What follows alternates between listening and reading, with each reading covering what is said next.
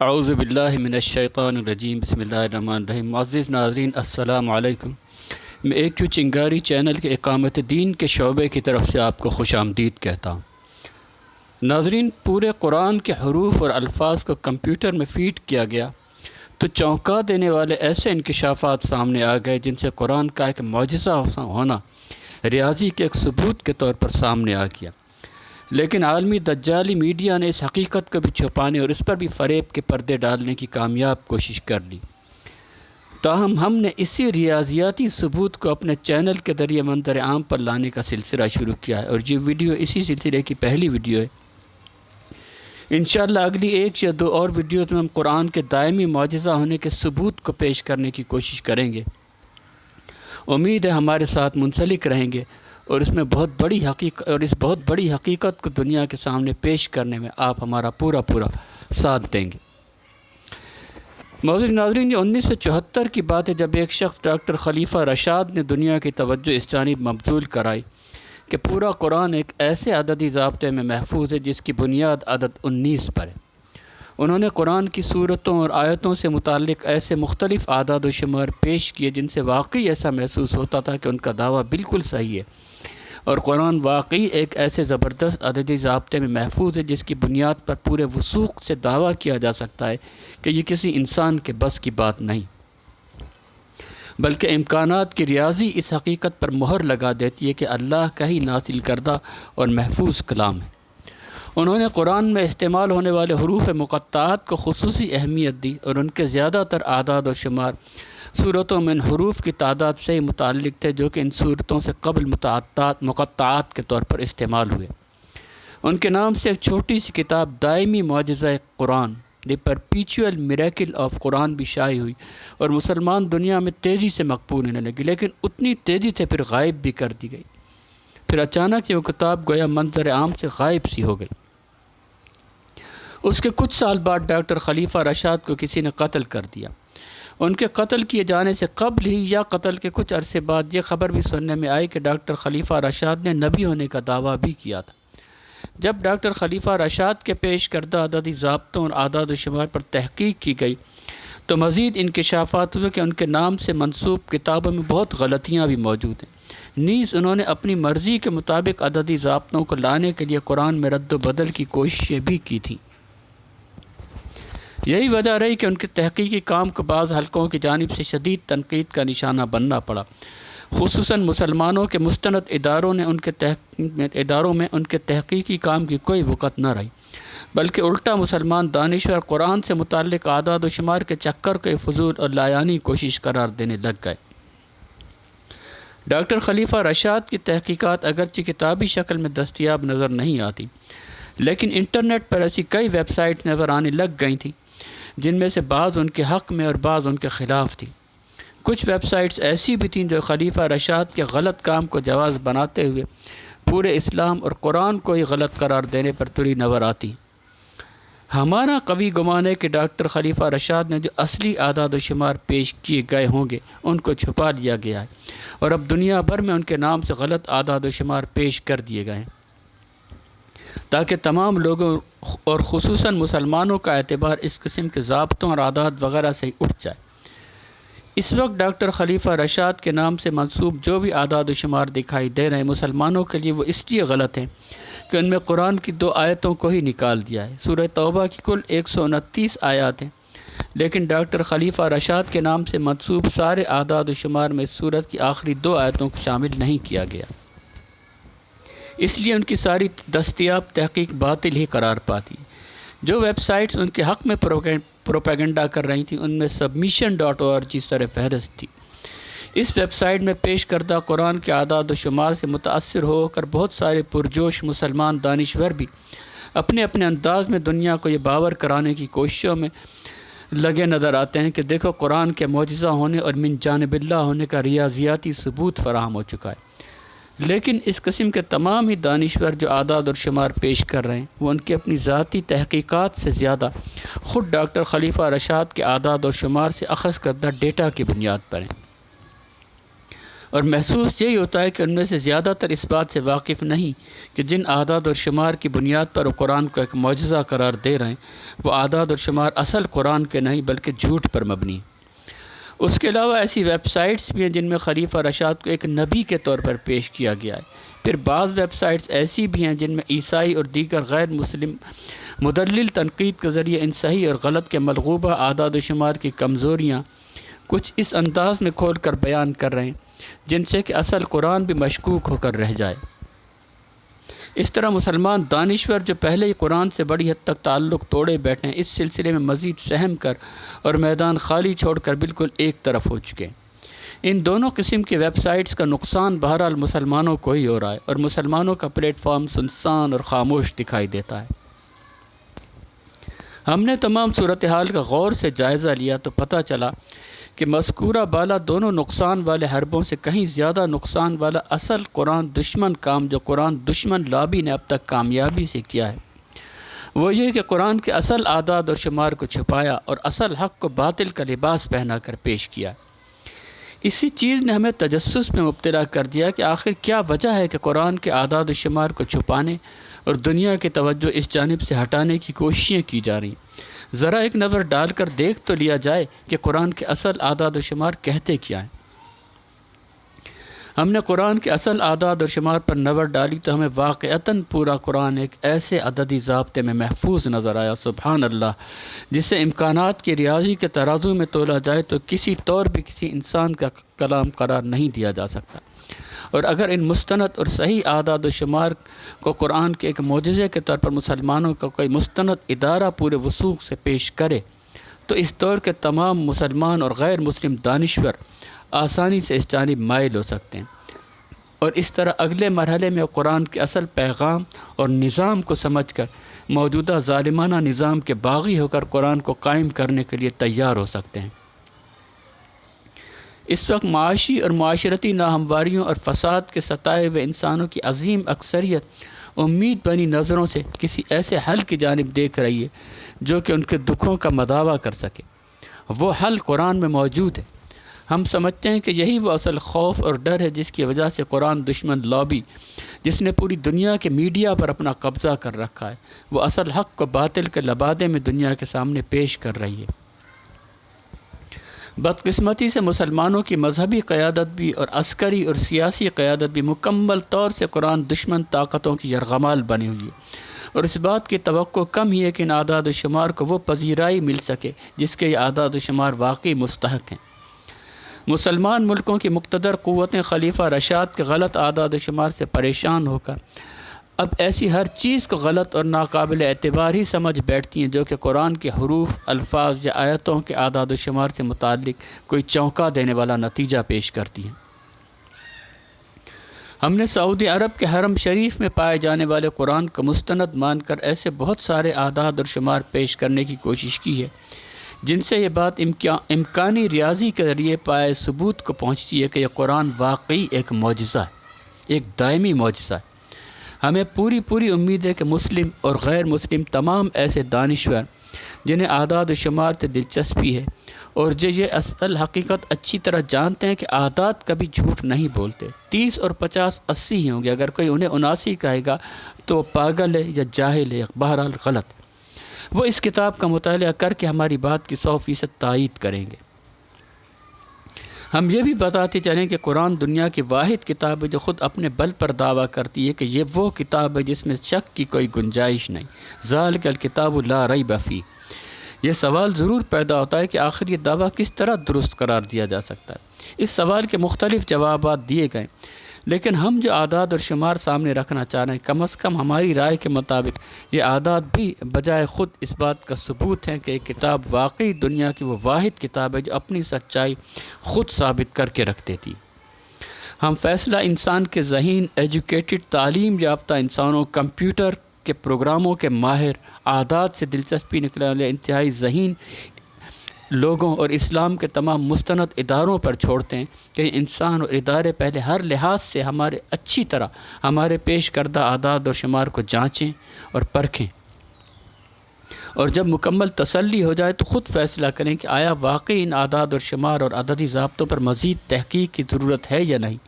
اور یہ کہ ان ضابطوں کو پوری قوت سے دنیا کے سامنے، خصوصاً تعلیم یافتہ اہل کتاب عیسائیوں کے سامنے پیش کرنے کی ضرورت ہے یا نہیں۔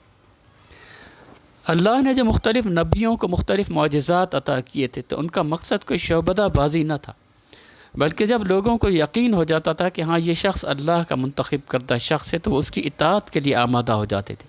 یعنی اصل مقصد لوگوں کو اللہ کے بتائے ہوئے اصولوں اور ہدایات کے مطابق عمل کروانا ہوتا تھا، اور معجزہ اس سلسلے میں اتھارٹی اور مددگار کی حیثیت رکھتا تھا۔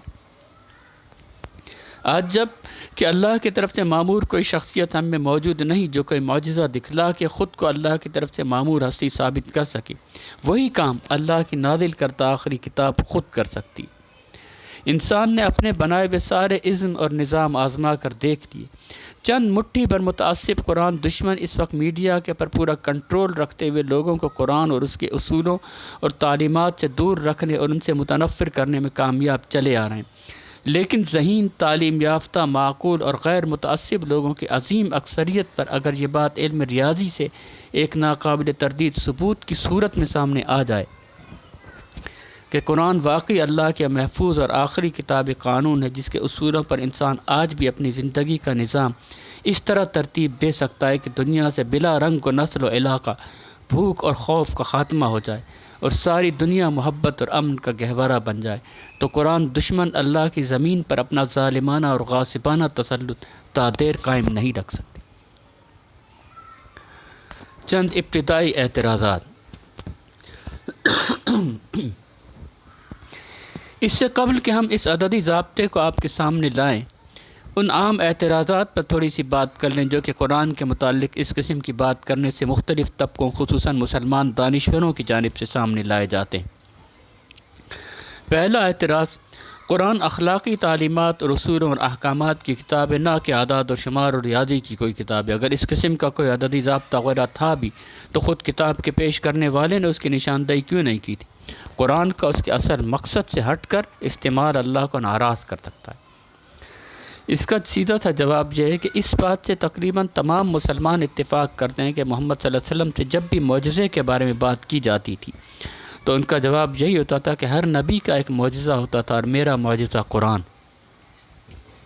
معجزہ کوئی بھی ایسی حقیقت ہوتی ہے جو انسان کو عاجز کر دے اور اس کے پاس یہ مانے بغیر کوئی چارہ نہ رہے کہ اس کام میں اس نبی کی ذات کا کوئی تنہا کوئی کمال نہیں، بلکہ یہ کام سوائے اللہ تعالی رب العالمین کے کوئی نہیں کر سکتا۔ موسیٰ علیہ السلام کے عصا کا کمال ہو کہ وہ سانپ بن جاتا تھا، ان کے ہاتھ کا چمکتا ہوا نکلنا ہو، ان کا سمندر کو پھاڑ دینا ہو، یا اسی نوعیت کے دیگر معجزات ہوں۔ یہ تمام معجزات جھٹلانے والوں کو صرف ایک بات باور کراتے تھے کہ بغیر رب العالمین کے اذن اور توفیق کے صرف انہی جیسے انسان کے بس کی بات نہیں کہ ایسا کر سکے۔ بس دانش مندی یہی ہے کہ اس شخص کو اللہ کا منتخب کردہ نبی مان کر اس کی اطاعت کو قبول کر لیا جائے۔ اسی طرح عیسیٰ علیہ السلام کا اندھوں کو بینائی عطا کرنا، مردوں کو زندہ کر دینا وغیرہ بجائے خود کوئی اصول اور اخلاقی تعلیمات نہیں تھے، بلکہ انہیں اللہ کا منتخب کردہ نبی ثابت کرنے کے لیے ایسے ثبوت کی حیثیت رکھتے تھے جنہیں سوائے ضدی اور ہٹ درم لوگوں کے کوئی بھی معقول شخص نہ جھٹلا سکے۔ اب غور کیجئے، موسیٰ علیہ السلام اور عیسیٰ علیہ السلام دونوں ایک محدود مدت کے لیے آنے والے نبی تھے اور دونوں اپنے بعد آنے والے ایک نبی کا مژدہ سنا کر چلے گئے۔ ویسے تو محمد صلی اللہ علیہ وسلم کی ذات سے بہت سارے معجزات منسوب کیے جاتے ہیں، جیسا کہ انہوں نے ایک اشارے سے چاند کے 2 ٹکڑے کر کے دکھا دیے تھے، لیکن محمد صلی اللہ علیہ وسلم نے ان کو اللہ کی نشانی قرار دیا، نہ کہ اپنا معجزہ۔ اور وہ اس قسم کے معجزات اسی وقت تھے جن لوگوں نے چاند کو ٹکڑے دیکھ لیا تھا دیکھ لیا۔ آج ہم ان کو لکھا ہوا تو دیکھ سکتے ہیں لیکن اپنی آنکھوں سے اس معجزے کو نہیں دیکھ سکتے۔ محمد صلی اللہ علیہ وسلم سے جب بھی ان کے معجزے کے بارے میں پوچھا گیا تو انہوں نے یہی جواب دیا کہ ہر نبی کا ایک معجزہ ہوتا ہے اور میرا معجزہ قرآن۔ محمد صلی اللہ علیہ وسلم نے اپنا معجزہ قرآن کو قرار دیا۔ اگر محمد صلی اللہ علیہ وسلم نے اس قسم کی کوئی نشاندہی کی ہوتی کہ اس کتاب میں کچھ خاص قسم کے عددی ضابطے پائے جاتے ہیں تو محمد صلی اللہ علیہ وسلم کے عہد سے لے کر آج تک ایسے کسی عددی ضابطے کی تلاش میں مسلمان مفکرین کیا کچھ نہ کر چکے ہوتے، لیکن ایسا نہیں ہوا، بلکہ ایسے کسی ضابطے کی پہلی نشاندہی اب سے چند برس پہلے 1974 میں کی گئی۔ لہٰذا یہ تو کسی طور نہیں کہا جا سکتا کہ اس قسم کے عددی ضابطے کی کوئی بھی نشاندہی خود محمد صلی اللہ علیہ وسلم نے کی تھی۔ اس صورت میں آج ان کو جھٹلانے والے آسانی سے کہہ سکتے تھے کہ دیکھو محمد صلی اللہ علیہ وسلم نے بڑی چالاکی سے حروف اور الفاظ اور آیتوں کو گن گن کر اس ترتیب میں لکھا کہ ایک عددی ضابطہ محسوس ہو سکے. جبھی تو انہوں نے عددی ضابطے کا ہلکا سا اشارہ بھی دے دیا. لیکن اب آپ خود سوچئے کہ اولاً کسی قسم کے عددی ضابطے کا محمد صلی اللہ علیہ وسلم نے کوئی ذکر نہ کیا. ثانیاً محمد صلی اللہ علیہ وسلم پڑھنا لکھنا نہیں جانتے تھے. ثالثاً محمد صلی اللہ علیہ وسلم کی زندگی اتنی مصروف رہی اور انہوں نے ایک مختصر عرصے میں بہت بڑے بڑے عملی کارنامے انجام دیے اور اس پورے عرصے میں قرآن تھوڑا تھوڑا کر کے نازل ہوتا رہا. رابعاً اس قسم کے عددی ضابطے کی پہلی دفعہ ہی موجودگی کا انکشاف 1974 میں ہوا. خامساً یہ عددی ضابطے اتنے پھیلے ہوئے اور پیچیدہ ہیں کہ بغیر کمپیوٹر کی مدد کے شاید کوئی ان کو دریافت تک نہ کر پاتا. اور سادساً امکانات کی ریاضی اس بات کو ثابت کرتی ہے کہ اتفاقاً اتنے زبردست عددی ضابطوں کا بن جانا ناممکن.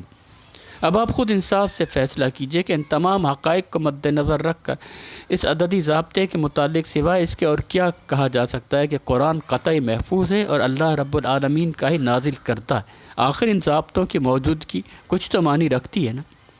اور یقیناً یہ عددی ضابطے ایک معجزہ ہی ہیں، ایک دائمی معجزہ.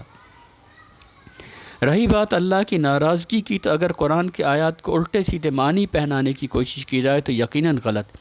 لیکن محض صورتوں کی تعداد، آیتوں کی تعداد وغیرہ تو ان کو تو ایک عرصے سے نہ صرف گنا جا رہا ہے بلکہ قرآن میں ہر صورت کا نمبر اور ہر آیت کا نمبر تک لکھا ہوا ہوتا ہے. پہلی آیت بسم اللہ الرحمن الرحیم ہے جس کے حروف کی تعداد 19 ہے. قرآن کی کل صورتوں کی تعداد 114 ہے. یہ تو حقیقتیں ہیں جن کی تصدیق کوئی بھی انسان خواہ وہ مسلمان ہو یا غیر مسلم بآسانی کر سکتا ہے.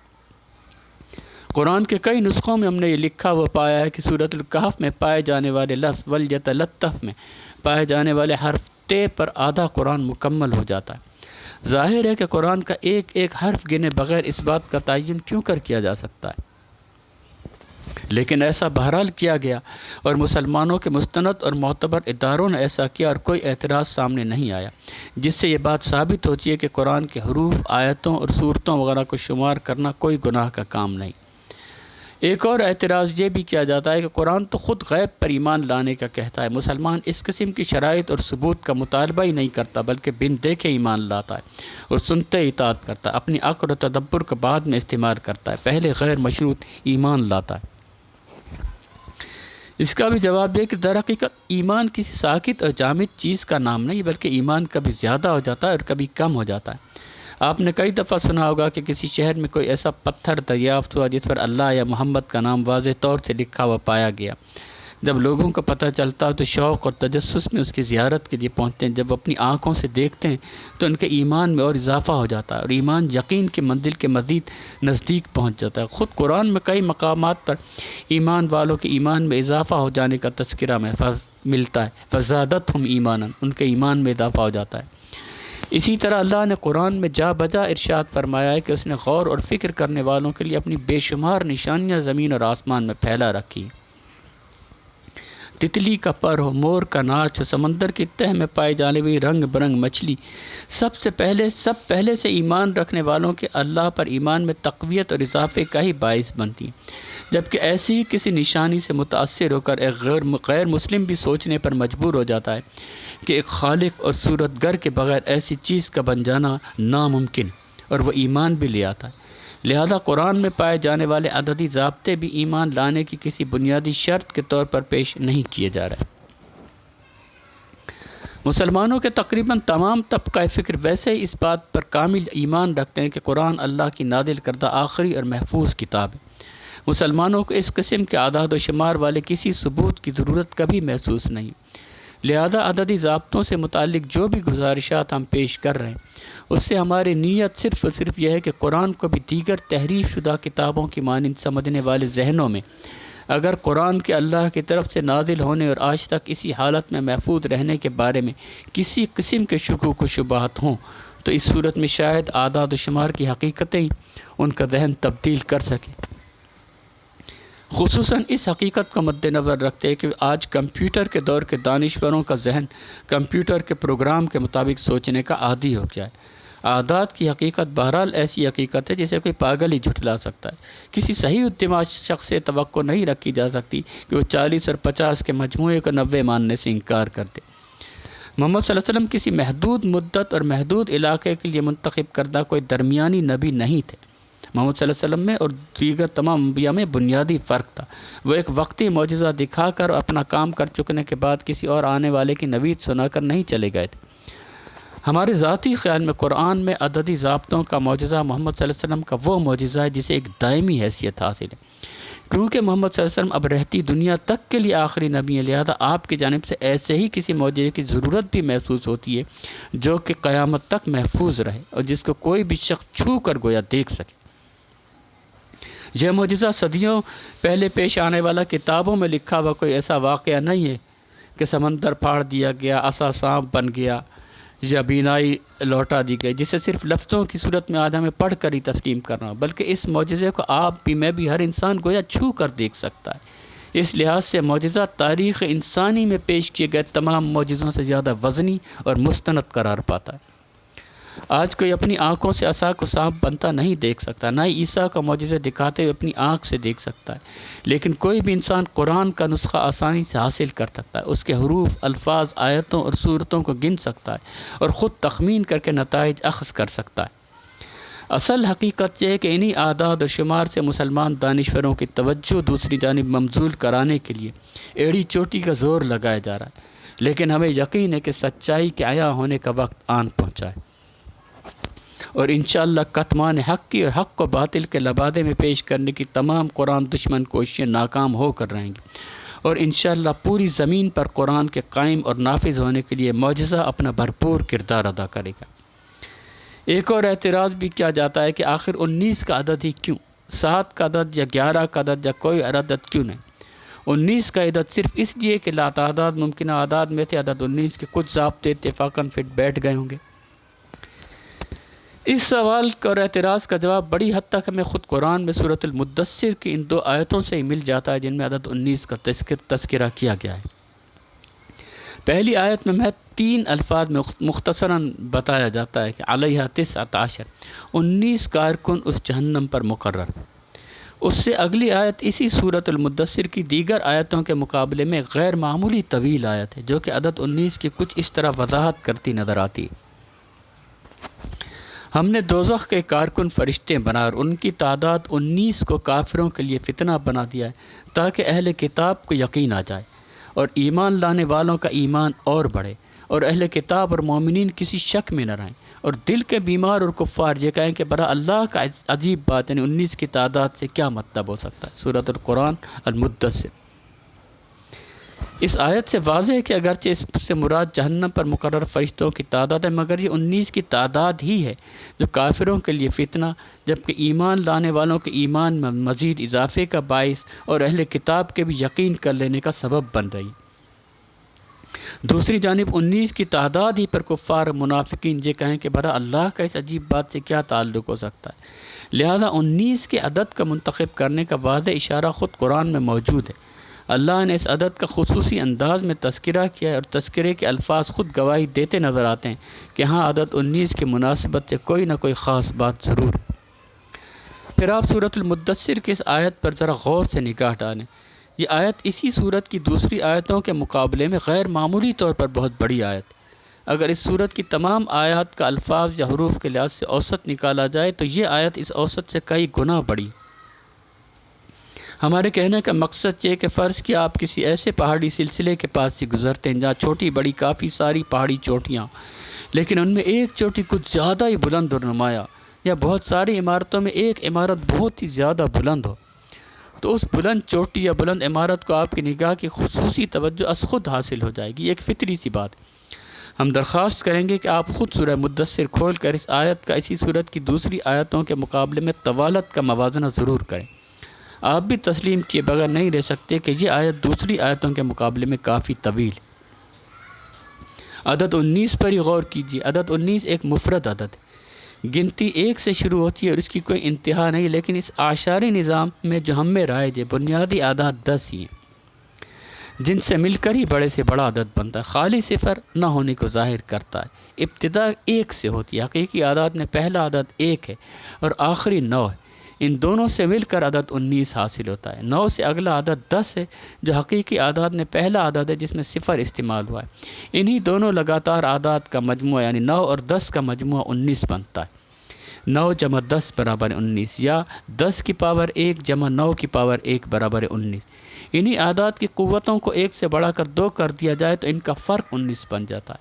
یعنی 10 کی قوت 2 100 مائنس 9 کی قوت 2 81، 100 میں سے 81 گئے وہی 19 بچتا ہے۔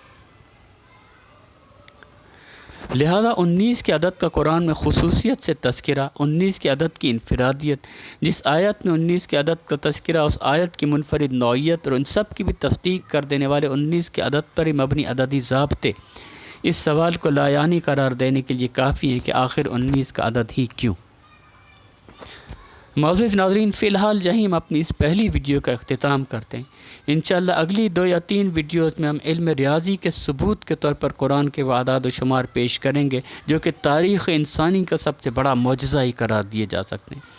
اس کے علاوہ جلد ہی ہماری کوشش ہے کہ انشاءاللہ ایک ہی طویل ویڈیو بھی آپ کی خدمت میں پیش کر دی جائے، جس میں شروع سے آخر تک اس معجزے کی بابت ایک ہی ویڈیو میں بیان کر دیا جائے گا۔ ہمارے چینل سے منسلک رہیے گا، اور جب آپ کا دل بھی ٹھک جائے کہ ہاں ہمارے پیش کردہ عددی ضابطے واقعی قرآن کی حقانیت کے ریاضیاتی ثبوت کی حیثیت رکھتے ہیں، تو ان کو ساری دنیا تک آشکارا کرنے میں ہمارا بھرپور ساتھ دیجیے گا۔ جلد ہی اگلی ویڈیوز بھی ہم پیش کر رہے ہیں۔ اللہ ہم سب کا حامی و ناصر، آمین یا رب العالمین۔